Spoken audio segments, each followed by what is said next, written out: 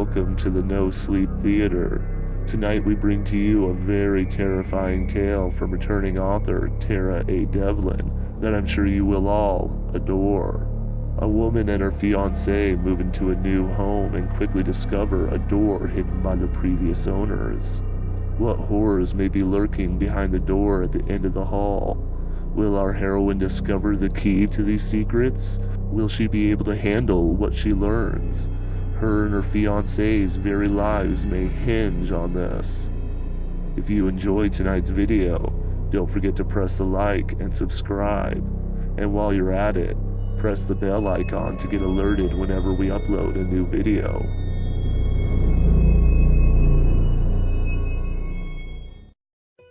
The Door at the End of the Hall by Tara A. Devlin. About a week ago, we moved into a new house. It was a fairly ordinary house. 2 stories high, average-sized yard, garden out front.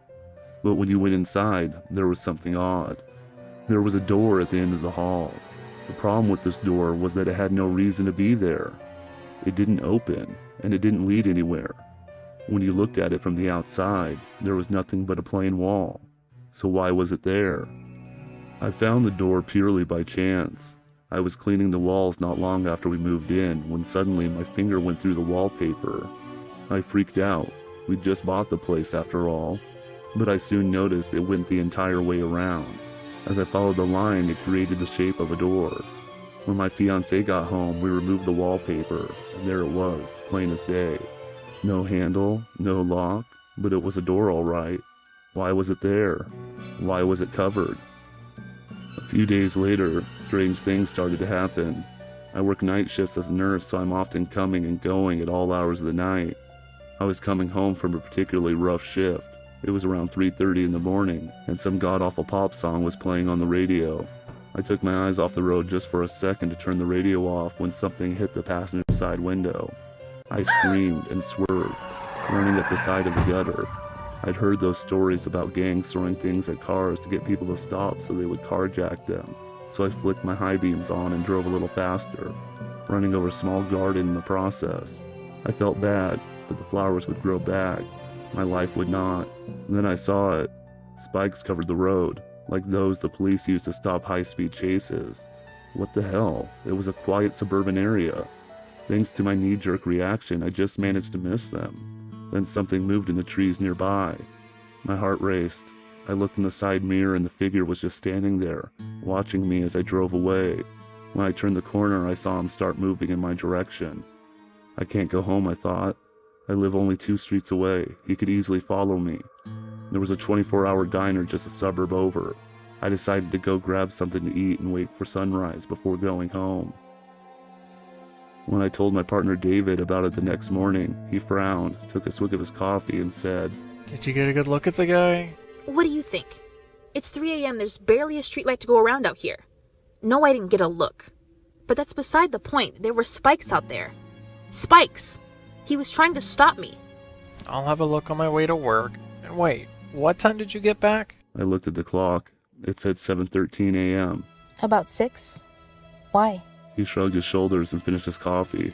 Oh, I thought you got back earlier. He kissed me on the cheek and left for work, leaving me alone in the large, unfamiliar house that was now ours in a strange neighborhood I didn't know.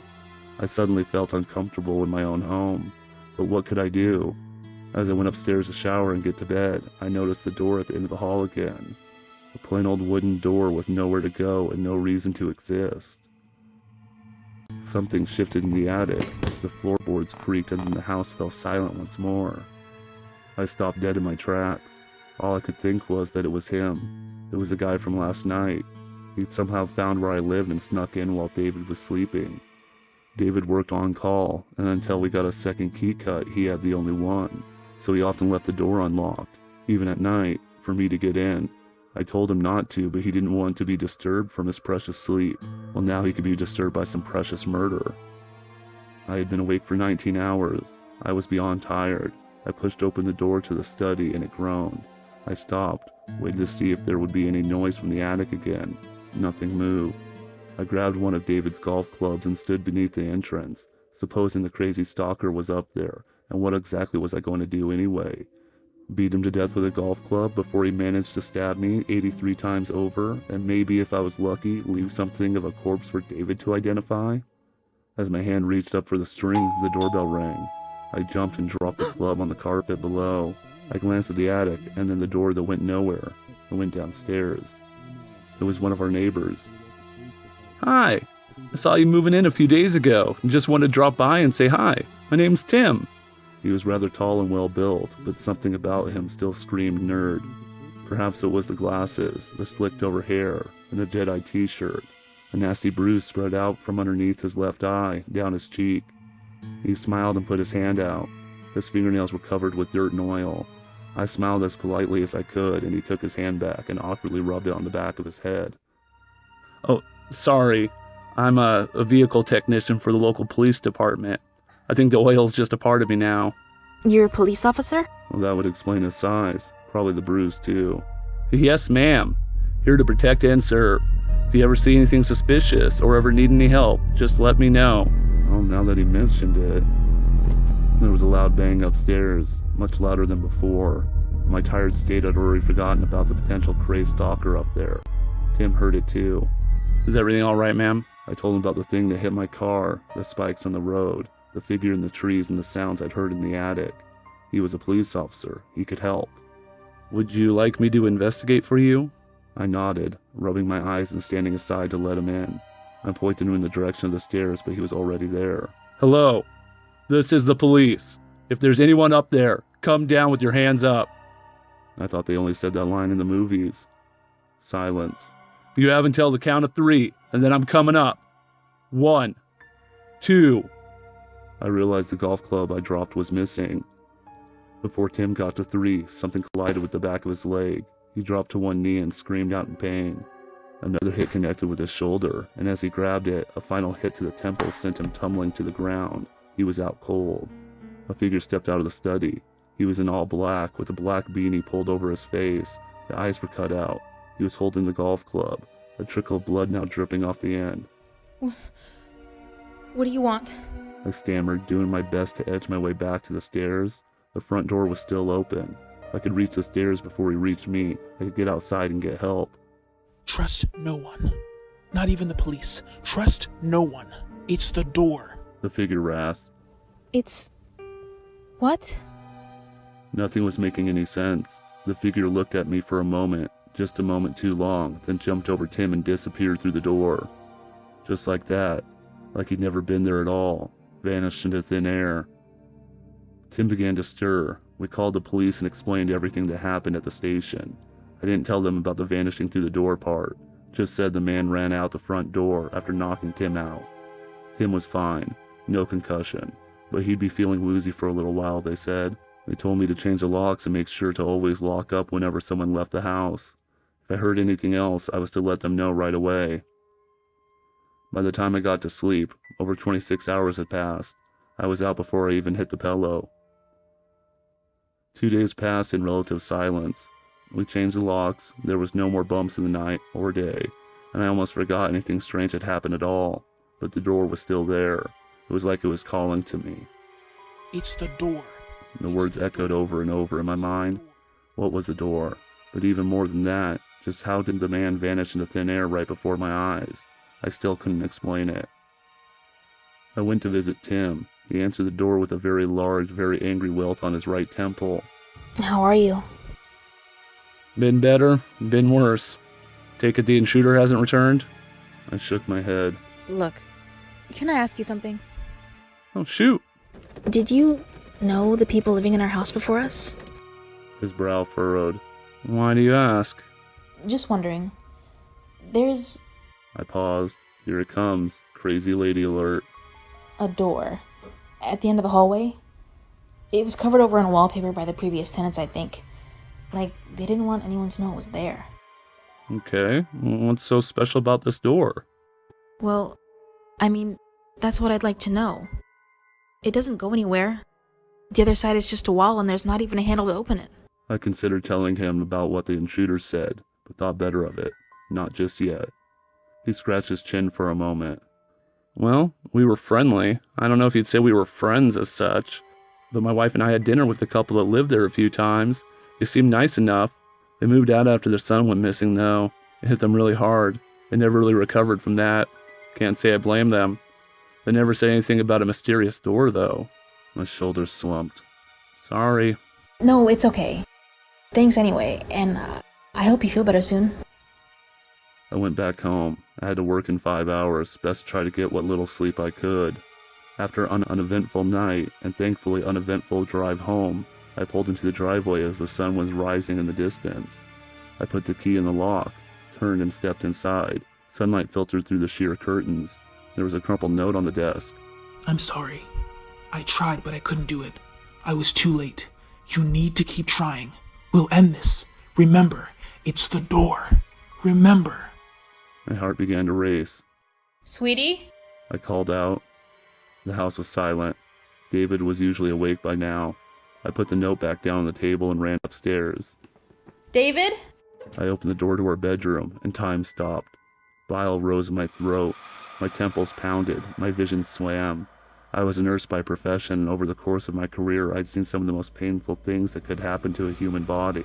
But this was David, my fiancé, the love of my life, and he was lying crumpled at the foot of the bed. His blood painting the walls and roof and bedpost. His face was bloody and beat up, barely recognizable. His left radius was sticking out of his arm, and the stab wounds. There were so many holes poked into his body, he looked like a human pincushion. I dropped to my knees and threw up. I don't remember how long I sat there against the wall, just looking at him. The image burned into my brain. The copper tang in the air was not an unfamiliar smell, but soon the stench of the room became too much. On my hands and feet I crawled out into the hall. There was a click. Steadying myself against the wall, I stood up and walked towards the door at the end of the hall. I placed a bloodied hand on it, searching for somewhere, anywhere I could grab. The door budged. The door opened. I stepped inside. It was night. A single street lamp shone about 40 meters away. Beneath it stood a dark figure. About 20 meters in front of him, spikes lay across the road. I froze. No way. There was no way.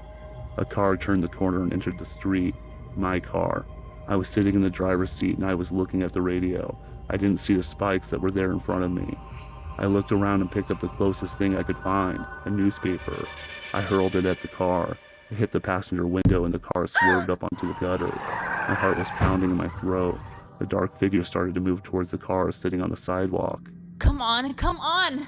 Finally, it drove over the flower bed and sped off down the street. The figure stood there, watching before he began to follow too. As he stood under the streetlight, I finally saw his face. It was Tim. I followed from a safe distance. He watched the car, my car, turn left. He stopped, looked around, and then turned back. I ducked behind some bushes, and he rolled the spikes up, put the bundle under his arm, and began to walk back home. My insides burned. It was that asshole that killed David. I knew it. I didn't know why, but in the moment it didn't matter. I followed him. I followed him all the way back to his house as he stashed the spikes and dark robe he was wearing in his basement. And I watched him as he stood by the hedges that separated our properties. He was looking at the door on the other side of the hall. Tim turned to go back inside and my fist met his cheek. Perhaps not the smartest idea. He was nearly twice my size and a trained officer. I took off running over the hedge before he had a chance to recover, and I slipped in through the unlocked door. Bless you, David. I'd never complain about you leaving things unlocked ever again. I snuck upstairs and stood before our bedroom door. David's body flashed before my eyes. I swallowed and twisted the handle. He was lying there, asleep. His chest rose and fell softly. I fought back tears. He was there, alive. I stepped inside and shut the door behind me with a soft click. I wanted to go over to him, but I knew I shouldn't. The words on the note played over in my mind. You need to keep trying. We'll end this. Remember. Remember what? Honey, is that you? You finished already? David rolled over and looked right at me. My heart thumped wildly in my chest. Yeah. Just go back to sleep, sweetie. I'll be there in a minute. Okay. He rolled back over, and within moments I could hear the familiar sounds of his breathing. I got into bed with him and lay against his back. My arm trembled, but he grabbed it and pulled me closer. A tear rolled down my cheek. I buried my face in the back of his neck and lay there, listening to him sleep. I lay there until the first rays of the sun began to peek through the bedroom curtains. I extracted myself from his arms, closed the door behind me with another click, and pulled down the stairs to the attic. I'd be home soon. I couldn't be here then. The attic was full of boxes and all the things we'd yet to unpack. A box marked winter gear caught my eye. Remember. I pulled the lid off and rummaged through, pulling out some of David's dark ski pants and an old sweater. A black beanie was sitting at the bottom. I got the scissors from a nearby box and cut out some eye holes. I got dressed and waited for the conversation that I knew would soon be taking place. The attic was dusty and covered in cobwebs. I covered my mouth as a cough tried to force its way out. I listened to the mumbled sounds of myself telling David about the strange night I just experienced and waited. The door closed and his car sped off down the street. Footsteps dragged up the stairs. A spider ran up my leg. I covered my mouth and forced the scream back down my throat before it could free itself, but in fear, I fell backwards, hard. I frantically flicked it away and waited, frozen. Downstairs was silent. I'd be grabbing that golf club right around now, and then... The doorbell rang. As I went downstairs to answer it, I waited, then let myself down. The door attic closed with a loud bang. I silently cursed and grabbed the golf club, hiding myself in the study. I waited for myself and Tim to come back upstairs. Remember, I shook my head. It was pounding. My vision was getting blurry and my ability to focus was fading in and out. I shook my head again, harder, and slapped my cheek a few times. Get it together. I had to do this first. This is how it happens, right? Tim came up the stairs, followed by myself. He called out several times, asking whatever intruder might be up there to come out with their hands up, but he was focused on the door before him. How would I not notice that the first time? You have until the count of 3, and then I'm coming up. 1, 2. I waited for 3 and swung the golf club. He fell to a knee. I hit him again in the shoulder, and then in the temple. He dropped like a sack. As much as I wanted to, I resisted the urge to keep hitting him. Getting myself arrested for murder wouldn't bring David back. Oh, it was hard to focus. Black dots swam before my eyes.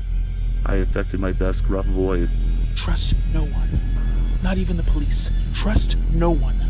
Remember, it's the door. I said, looking at Tim. It was calling me. I took a few steps and jumped over Tim and through the door. I landed in the hallway. My heart pounded, my heart raced, and my stomach lurched. I threw up. David was still lying at the foot of the bed, dead. Nothing was different. I walked downstairs. The note was still on the table in my own handwriting. I picked it up and turned it over. It's not Tim. Remember. You need to remember. My head was still swimming, and I could no longer tell up from down, left from right. It wasn't Tim? If Tim didn't murder David, then who did? What was I supposed to remember? I crumpled the note in my fist and went upstairs. I grabbed the golf club and started hitting the door. All the rage, all the confusion pinned up inside me. I channeled it through the club and into the door, the cause of all of this. I tossed the club and fell to my knees, exhausted. When was the last time I'd slept? Last time I ate? The door was still open and hadn't closed on this side yet. I closed my eyes and crawled through again. I had to try again. When I opened my eyes, I was back in the hallway, like I'd never even moved. Maybe I hadn't. The world flashed black. My head was going to explode. Something rumbled in the attic. Something rumbled in the walls. The floor began to bleed. The roof closed in on me. I screamed. Where was I? This wasn't my house. Where had the door taken me? I ran downstairs to the kitchen. It was my kitchen, but it wasn't. Laughter bellowed from the lounge room. Laughter bellowed from the front yard. Laughter bellowed from the cupboards above the stove.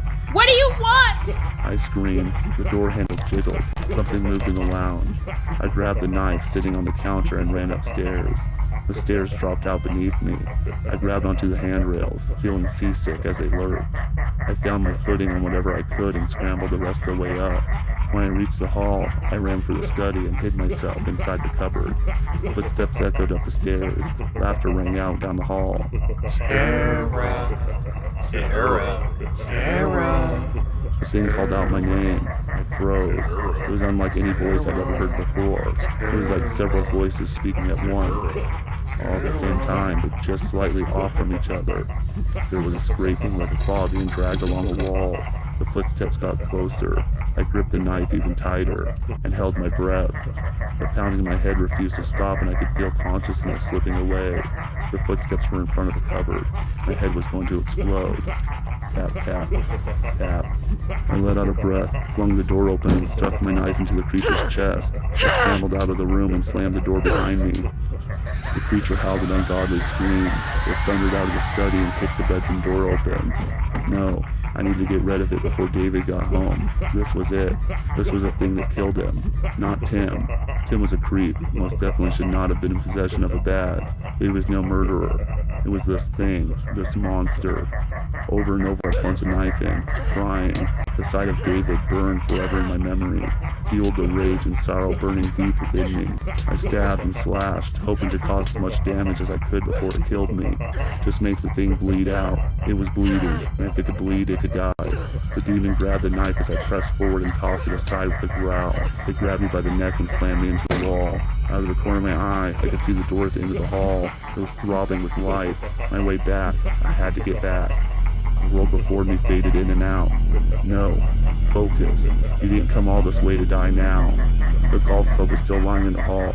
I lifted my knee hard and then kicked against the demon's chest. It fell back into the bedpost just long enough for me to grab the club. I brought it down as hard as I could and heard a loud crack. I swung for the creature's head, hitting one of its horns with what I could only describe as a solid clang. Over and over I hit it, beating its flesh to a pulp until finally the creature slipped by the bed and stopped moving. I fell to my knees, exhausted. The adrenaline keeping me on my feet was gone. My heart could no longer keep up the pace. There was a dull thrumming in my ears, and when I turned, I heard the door at the end of the hall calling me. Finally, I could get back home and out of this hellish place. Because that's what it was, I realized. Hell. The door had led me down into hell. That is why they hid it behind the wallpaper. They didn't want anyone else to know it was there, to be drawn down into its horrors. I turned back and the sight before me caused my heart to drop. It was like that moment where everything is so quiet you could hear a pin drop. The creature was David. The bloody, broken monster lying at the end of the bed was David. The blood on my hands, my clothes, my face. It wasn't a demon's. The door thrummed. Remember. I took the note out of my pocket. It was too late. How many times had this happened? How many times had I not remembered that it was David I was stabbing and not the creature from hell? I stumbled downstairs in a daze, put the note on the table, stumbled back up with the last of my strength and stood before the door. I closed my eyes and felt the world shift around me as I fell forward. I didn't remember. I had failed. I'm sorry, David. When I opened my eyes, I was back in the hall. The door clicked shut behind me, closed once more. It was dark outside. The clock read 9 p.m. David was still lying there, dead. I realized someone was banging on the door downstairs. Open up! It was Tim. I dragged myself down, all will to live gone. There was no note on the table. I opened the door with the demons, with David's blood on my hands. Tim took one look at me and turned his head with a pained sigh. God damn it, I'm too late! Tim tried to explain to me about the previous tenants and the incident that caused them to sell the house. About their son going missing without a trace. The wife claimed it was something in the house before the husband shut her up and they moved away. He'd heard rumors of the door that it led to some terrifying place that no one could return from. Late at night, he could hear things coming from that side of the house, he said.